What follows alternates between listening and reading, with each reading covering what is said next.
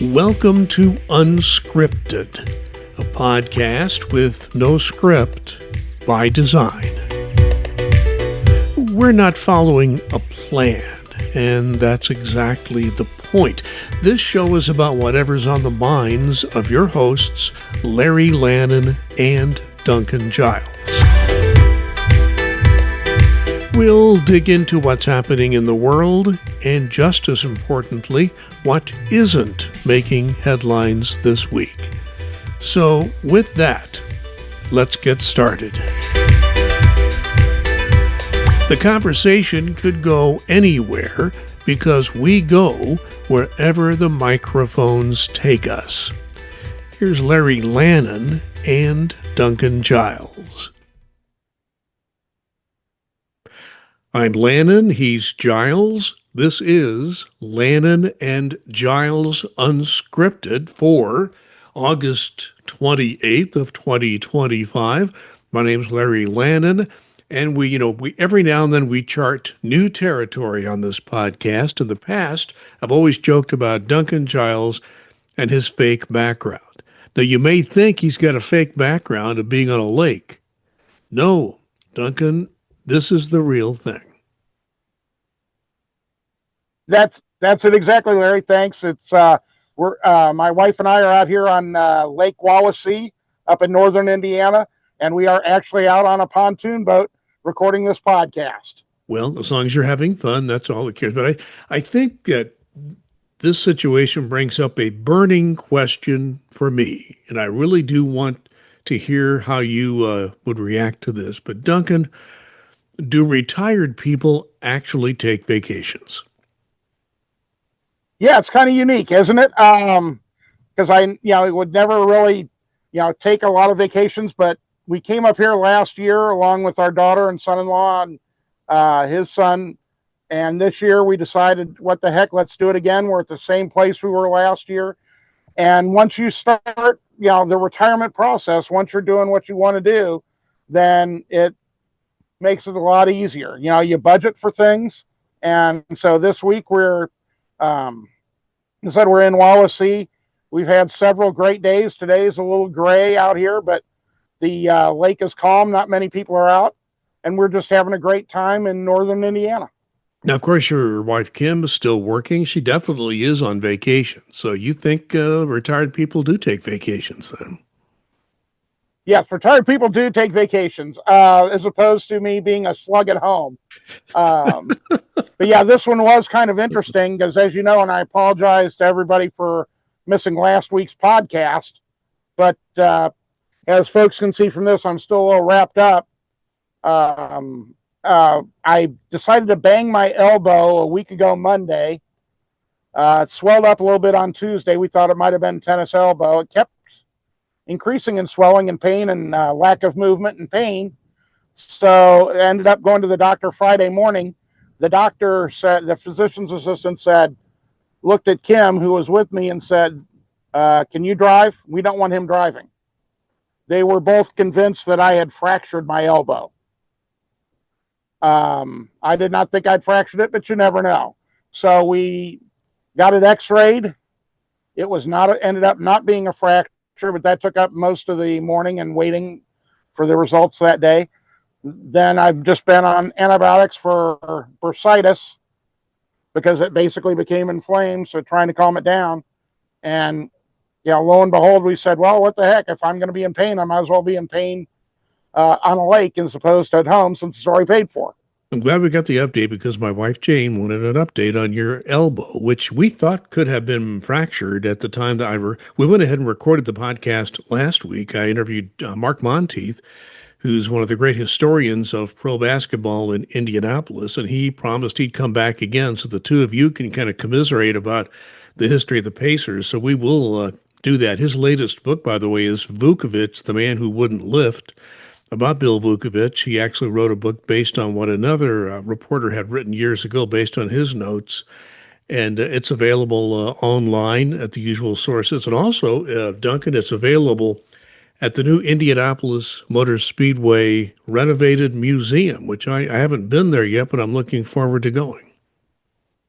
Yeah, I'm The same way about the museum. Kim and I really want to get out there and see the new renovated Speedway Museum because you and I are both Speedway history buffs. We love that stuff, and haven't read Mark's book yet on Vukovich, but he was a fantastic driver who didn't know what a brake was. You know, he just went full throttle all the way, and I'm sure it's a fascinating book.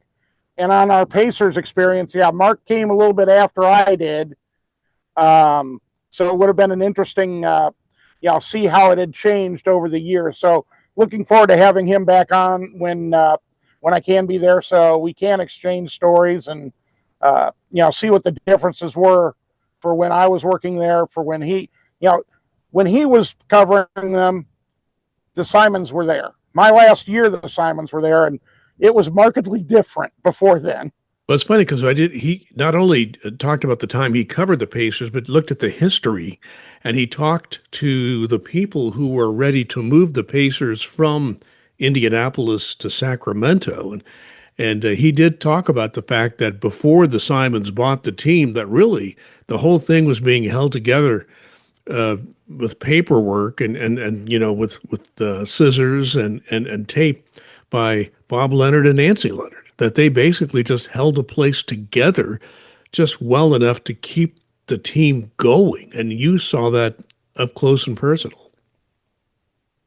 Yeah, the Leonards did an awful lot for the Pacers and for the community, and keeping them here in town, because without that telethon they had, without the continued efforts before the telethon and after, the Leonards and several folks in the Indianapolis business community, there would not be an Indiana Pacers today.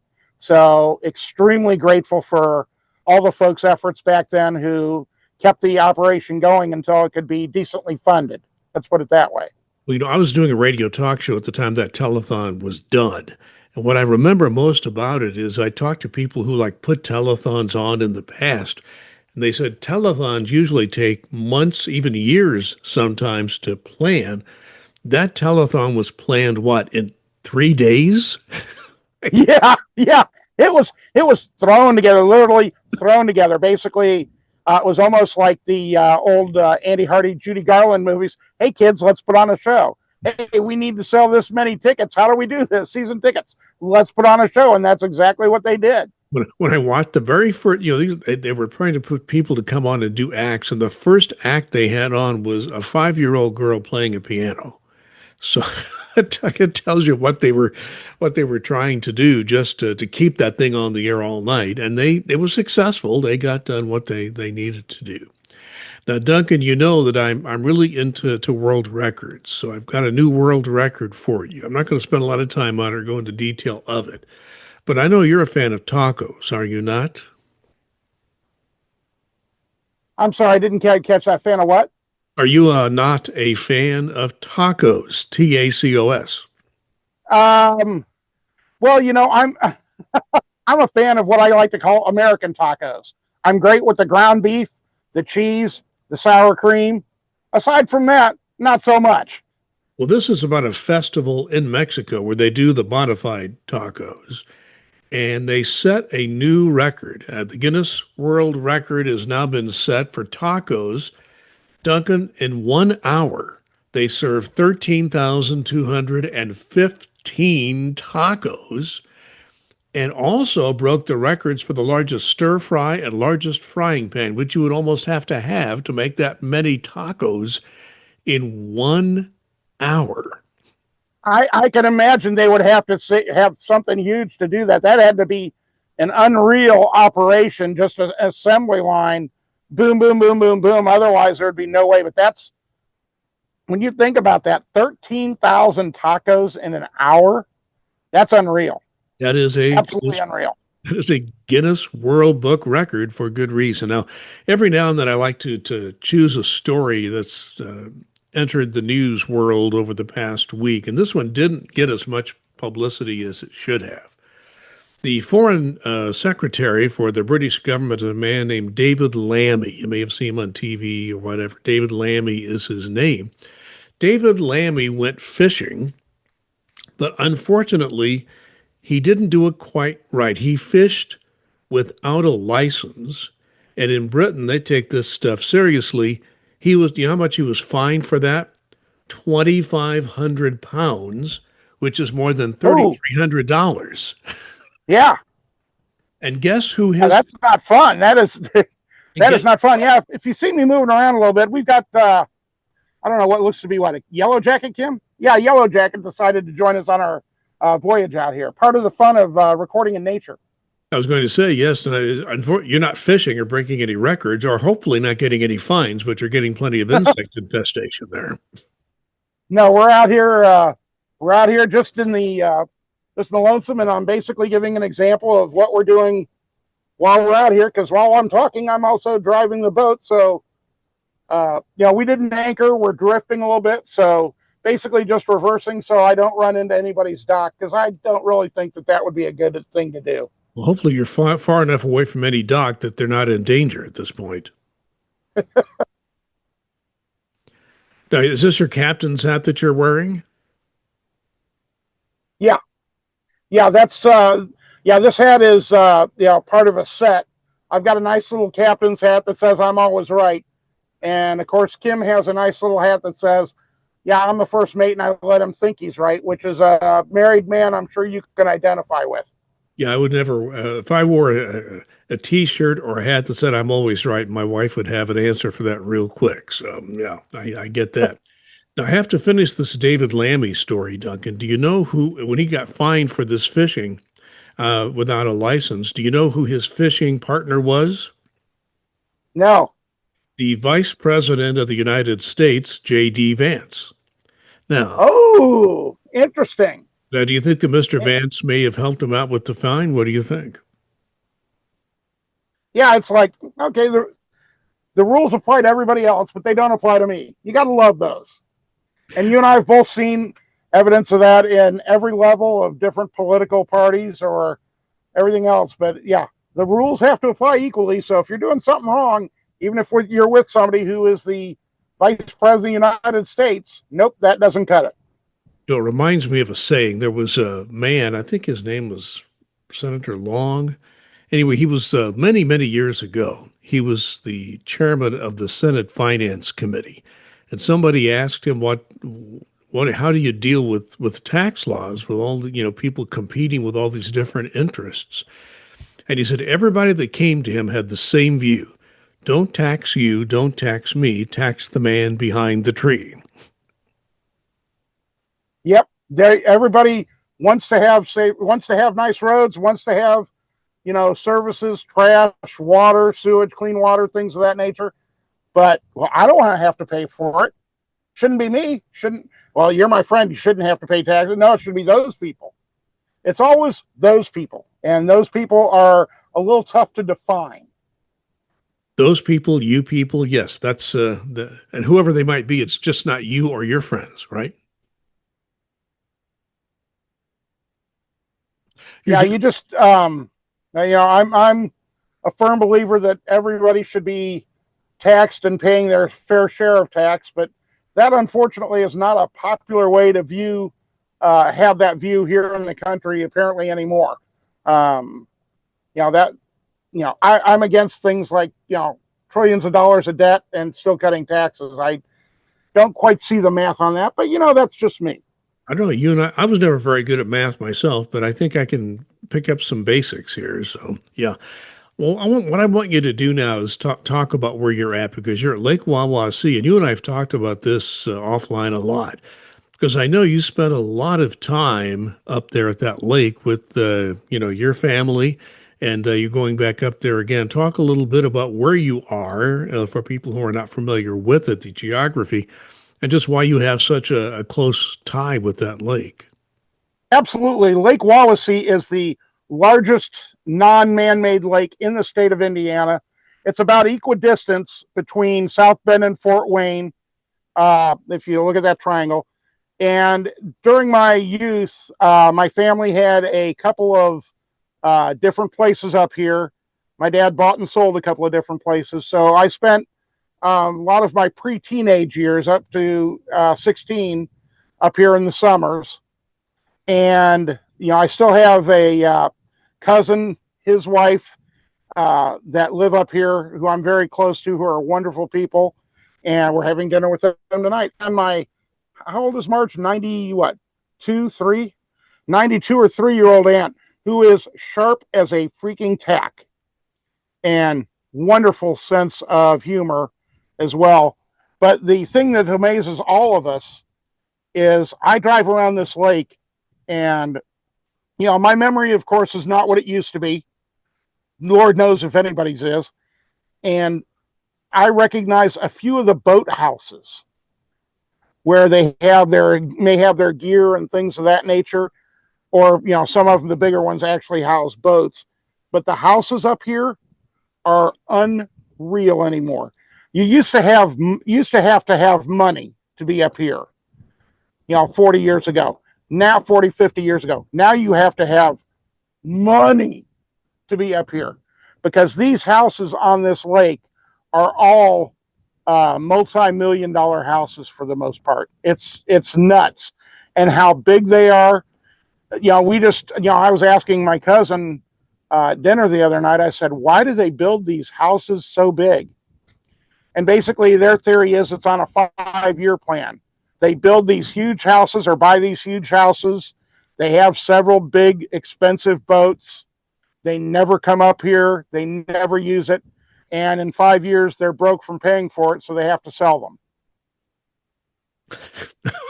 Now, that sounds like a great business plan. What do you think? Yeah. If you want to, how do you become a billionaire? How do you become a millionaire? Well, you start with $1 billion and apparently buy one of these houses. No. But go ahead. I'm sorry. There's right now, there is nobody out on the lake. So it's especially in our area. So it's very quiet. Now, I hate to say it, but right behind you, it looks like you're drifting into something. Am I right? Yeah. See, that's what I shut the engine off to hear you better, but now again, you get to hear and now we get to hear the engine rev up here. Okay. How the sausage is made, so to speak, how you drive the boat around. Actually, and because there is not anybody really around, and I know I'm going in a direction where I'm not going to hit any buoys, I can sit here and talk with you and look at you and just still occasionally glance over and be okay. Aren't you glad that I was able to look behind you and give you the fair warning on that? I'm sorry I couldn't hear you because I was shutting the engine down. I was going to say, we can't even hear the engine. Apparently, it's and that's an awesome thing. At least that means I've got a decent microphone. I was going to say the microphone's doing its job, but I was going to say, isn't it nice that you have somebody like me to warn you that you're drifting into something? Yep, exactly. And I've got an awesome first mate and everything, Kim, who is making sure to hold the hold the mic stand stationary where my phone is at, so that folks don't get a really jarred picture of me, because it's bad enough to look at me regularly, much less if I'm moving around in a erratic manner. Well, I certainly hope that Kim gets a really nice dinner out of this for the assists that she's giving you. We are actually going to a second time to one of her favorite places up here. This was one of her requests. Kim has very few requests, but there is a place about 20 miles from here in Middlebury, Indiana. What is it? Das Dutchman Haus. It is an Amish buffet. They also have a regular menu, but an Amish buffet. And this place is huge. I would imagine it seats somewhere in the neighborhood of 600 people. That's a big place. Yeah, and it's like I said, it's very, very large. They have a huge buffet. We did breakfast the other day, and very good, very filling, and decently priced. Most of their wait staff and cooks and things of that nature are Amish. So it is truly an Amish place. And then we are meeting actually my cousin, his wife, and my aunt for dinner tonight up there. I'm familiar with some Amish restaurants in southern Indiana. In fact, they have a policy. One of these, it's not nearly as big as the one you're talking about. It's a very good restaurant. The food's great. And Lagodi, right next to a state park there, West Box State Park. You And talking about Stoles? yeah, that's it. You've been there.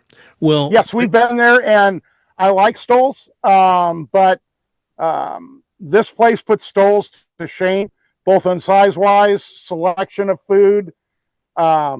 It's interesting. Same type of operation, but this is on a much more mammoth, I should say, scale, because it's just, you walk in there and it's like, okay, there are only like 60 cars in the parking lot. Oh, it's pretty slow today. well, And they've got a bakery next door where you got all sorts of stuff that you can have. When you have squeeze apple butter at the table, you know you're in a good Amish place. Stoles has a policy. On your birthday, you are allowed a credit toward your meal based on the number of years you're celebrating. So we, of course, took my mom there when she turned 90. We had to make sure they had to actually inspect closely her driver's license to make sure that. Your mom had to be happy to be carded about that. Yes, she was carded, and that, yes, she doesn't get carded very often in those days. My mom lived to be 92, and she was in very good shape up until just really about a week before she passed. But yeah, we had a great 90th birthday celebration for her at Stoles, and we've had that for other family members because it's a place where I have a lot of family history down there. A lot of my relatives, my dad and my mom, all my dad grew up around there. My mom, as a very small child, spent time down there and still had relatives there. So yeah, Amish restaurants are some of my favorite. I've never been to one that big, so the one in Middlebury obviously has a very special Yeah, place. if folks are ever in northern Indiana, it is an experience. The staff is very friendly this time. Last year we went, a group of us went, and I didn't really want the dinner buffet. So the older Amish waitress lady who was looking at me askance anyway, which is understandable. I asked her how the cheeseburgers were there. And apparently that was the wrong question to ask, because she looked at me like a drill sergeant, a Marine drill sergeant in the 60s would have looked at a new recruit. Right through me, and not happily. So the answer was, the answer was the cheeseburger was pretty good. I ended up getting, but did not make her happy, because apparently she just wanted to have people do the buffet and nothing else. So I threw the kitchen a curveball that day. I see. Okay. Well, Duncan, I know you're on the boat, but I do want to, every now and then we talk about things that we've seen. And I saw something on Netflix the other day that I wanted to recommend to people. It's a 8-part series on Netflix. It's called Titans, The Rise of Wall Street. That was done by a small production company called Curiosity, but Netflix ended up buying it, and it's available there now. And what it really does is it looks at these people who have developed Wall Street and didn't exactly do well on Wall Street after success and then fall. They go into people like J.P. Morgan. They start really after the Civil War, and J.P. Morgan, his father, and then J.P. Taking over after his death. They also talk about Joe Kennedy, who was not accepted in that group. That was a very waspy Right. group. But being an Irish Catholic, he kind of forced his way in through just a lot of savvy and good luck. Then there was Goldman and Sachs, Henry Goldman and Samuel Sachs, and they did not always get along at all. It's amazing that they were able to be as successful as they were with the completely different views on things. Then they get into more times that you and I would remember, people like Ivan Boesky and Michael Milken from the 1980s, who had the rise and then the big fall later. They also, during that series, talk about some of the governmental people like Teddy Roosevelt, Franklin D. Roosevelt, and the period after the Civil War was the start. And people forget that before the Great Depression, there was a horrible panic in the late 19th century, another economic panic in the U.S. in 1907. Then they go into the 20s, which, the Roaring 20s, and then the thud in the 1930s. Yeah, Depression. reaching a halt.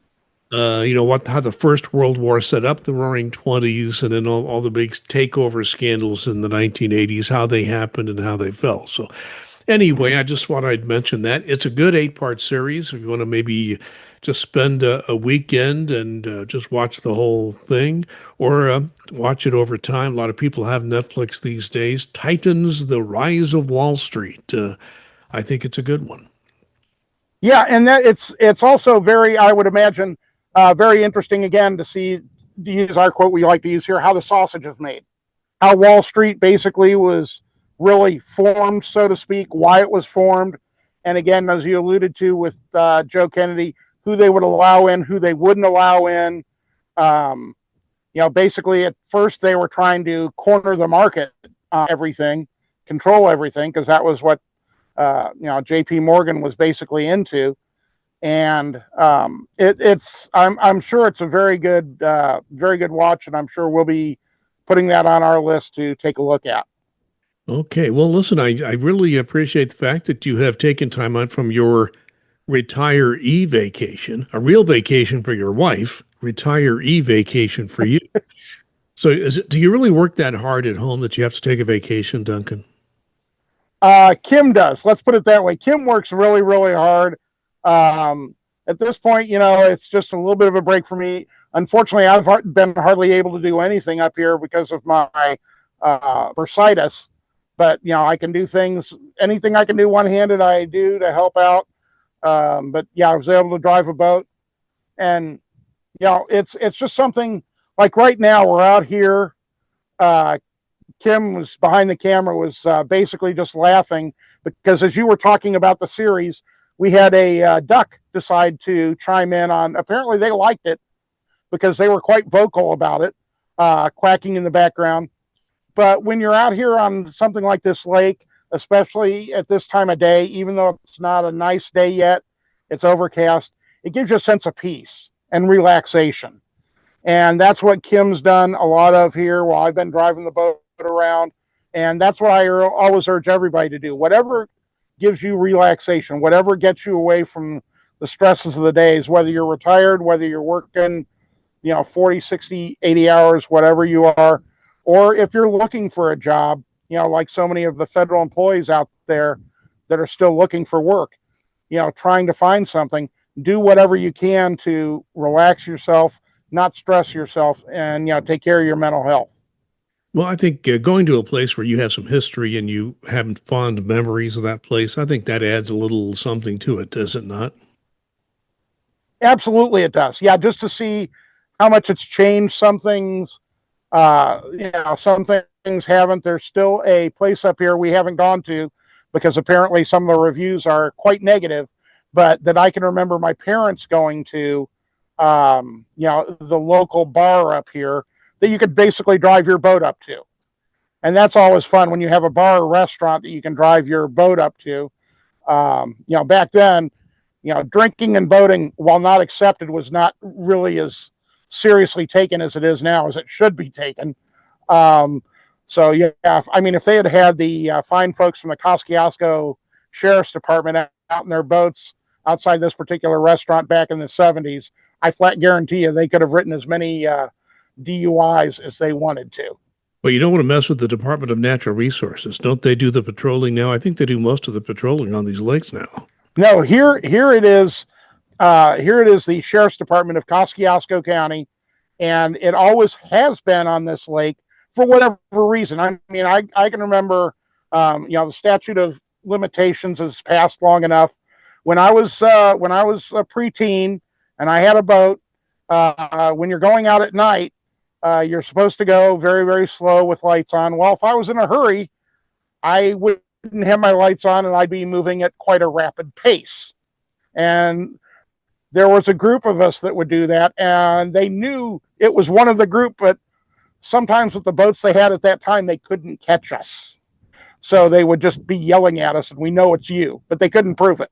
So, well, Duncan, all I can say, yeah, but I'm sorry. We've seen the Sheriff's Department out here a couple of times on the lake, and last year we had some excitement when a boat plane, actually, with one of those that can land on the lake, had some sort of accident when they were landing and actually crashed. So we watched them, tow it in, the whole 9 yards. Nobody was hurt, thankfully, but you never know what you're going to see out here. Well, Duncan, all I can say is that there are people watching and listening right now who are probably researching the statute of limitations and sending that on to the local Kosciuszko County prosecutor just in case. Yeah, I think the statute for that one is passed. So good luck to them. And now, when I am out at night, by golly, I obey the speed limits and I have all my lights running. Duncan, you and Kim enjoy your time at Wawasee. I assume you'll be back home safe and sound a week from, or a little more than a week from now. We don't normally record on Fridays. We did it on Thursday this week to accommodate your vacation schedule. So, Duncan, enjoy the rest of your time. Kim, enjoy the rest of your time. Thanks for your production assist so we can get this thing recorded. So, this has been Lannan and Giles, Unscripted.